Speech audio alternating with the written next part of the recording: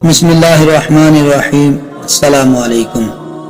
روایت ہے حضرت عثمان رضی اللہ تعالی عنہ سے، فرماتے ہیں کہ جب حضور صلی اللہ علیہ وآلہ وسلم نے وفات پائی تو حضور کے صحابہ میں سے بعض حضرات اس قدر غمگین ہوئے کہ بیماری وہم میں مبتلا ہونے کے قریب ہو گئے۔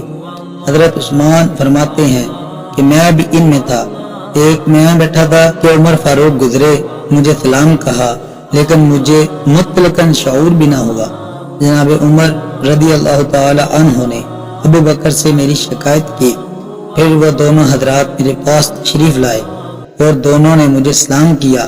ابو بکر نے مجھ سے فرمایا کہ کیا باعث ہوا کہ تم نے اپنے بھائی عمر کے سلام کو جواب نہ دیا؟ میں نے کہا میں نے تو ایسا نہ کیا۔ عمر بولے خدا کی قسم تم نے یہ کیا۔ میں نے کہا خدا کی قسم مجھے نہ یہ خبر کہ تم گزرے نہ یہ کہ تم نے مجھے سلام کیا۔ ابو بکر صدیق نے فرمایا عثمان سچے ہیں۔ اے عثمان تمہیں کس الجھن نے پھنسا لیا، اس سے بے خبر کر دیا؟ میں نے کہا ہاں۔ فرمایا وہ الجھن کیا ہے؟ میں نے کہا کہ اللہ نے اس سے پہلے ہی اپنے نبی کو وفات دے دی کہ ہم حضور سے اس چیز کی نجات کے متعلق پوچھیں۔ ابو بکر صدیق نے فرمایا کہ میں نے اس کے متعلق حضور سے پوچھ لیا ہے۔ میں آپ کی خدمت میں کھڑا ہو گیا اور کہا اے ابو بکر تم پر میرے ماں باپ فدا، یہ تمہارا ہی حق ہے۔ ابو بکر نے فرمایا کہ میں نے عرض کیا یا رسول اللہ اس چیز کی نجات کیسے ہوگی؟ حضور نے فرمایا جو میری وہ بات مان لے جو میں نے اپنے چچا پر پیش کی تھی، انہوں نے رد کر دی تھی، یہ بات اس کی نجات ہے۔ احمد۔ شرح حدیث یعنی زیادتی غم کی وجہ سے وہم کی بیماری ہو گئی، مت کٹ گئی، عقل ٹھکانے نہ رہی، یہ وسوسہ دل میں آنے لگا کہ اسلام کیسے باقی رہے گا۔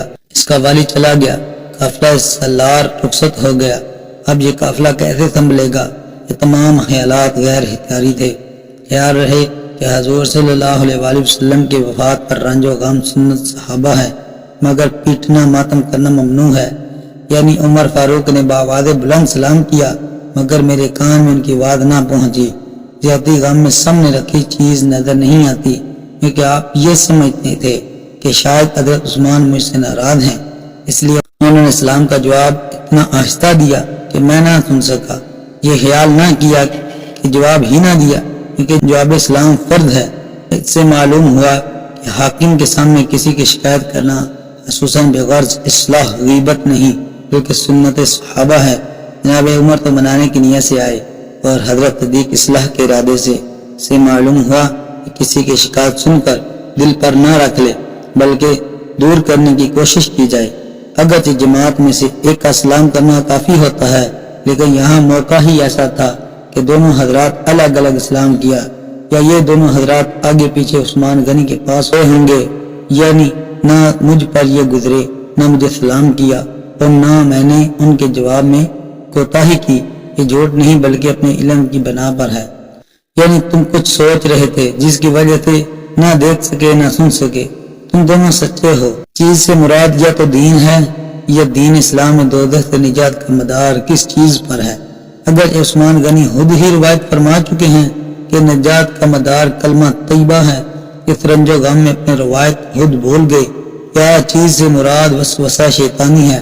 کبھی ہمارے دلوں میں بڑے خراب خیالات آتے ہیں، ایسا کون سا عمل کیا جائے جس کی برکت سے یا تو وسوسہ سے ہی نجات ملے یا اس کے نتیجہ سے یہی دار ہے۔ اور مجھے حضور صلی اللہ علیہ وآلہ وسلم کا جواب بھی یاد ہے، یعنی خوشی کی وجہ سے معلوم ہوا کہ خوشی کی خبر سن کر کھڑا ہو جانا سنت عثمانی ہے، بلکہ خود نبی صلی اللہ علیہ وآلہ وسلم فاطمہ زہرا کو دیکھ کر خوشی میں کھڑے ہو جاتے تھے۔ لہذا ملا شریف میں ذکر ولادت پر کھڑا ہو جانا سنت سے ثابت ہے۔ یہ قیام فرحت و سرور ہے، یہ اس کا ماخذ اس سے حرام نہیں کہہ سکتا۔ یعنی تم جیسے بزرگوں کے ہی لائق تھا کہ ایسی باتیں حضور سے پوچھ کر ہم تک پہنچاتے، کیونکہ تم علم پر حریص ہو اور حضور صلی اللہ علیہ وآلہ وسلم کے صاحب اسرار ہو۔ یعنی شیطانی وسوسہ یا اس کے نتیجہ سے ہم کیسے بچیں، یا دینی چیزوں میں کا مدار کس چیز پر ہے؟ چچا ابو طالب پر ہمیشہ ہی کلمہ طیبہ پیش فرمایا۔ خصوصیت سے ان کی وفات کے وقت حضور نے فرمایا چچا اب بھی پڑھ تو جاگ پاؤ گے۔ یاد رہے کہ ابو طالب حضور کے حقانیت کے قائل تھے انہوں نے حضور کی بڑی خدمتیں کی، مگر زبان سے کلمہ نہ پڑھا، لیکن شرم مسلمان نہیں کہا جا سکتا، زبان سے نہ پڑھا تھا، اگرچہ دل سے اقرار تھا۔ ابو طالب کا کلمہ نہ پڑھنا حضور کی حفاظت کی نیت سے تھا، اس وجہ سے کہ کفار مکہ میں میرا لحاظ کریں اور میرے لحاظ حضور کو نہ ستائیں۔ نتیجہ یہ ہوا کہ ابو طالب کی زندگی میں حضور صلی اللہ علیہ وسلم مکہ چھوڑنے پر مجبور نہ ہوئے، ان کی وفات کے بعد ہی ہجرت کرنا پڑی۔ ایمان ابی طالب بحث ہماری کتاب تفسیر نعیمی میں دیکھو۔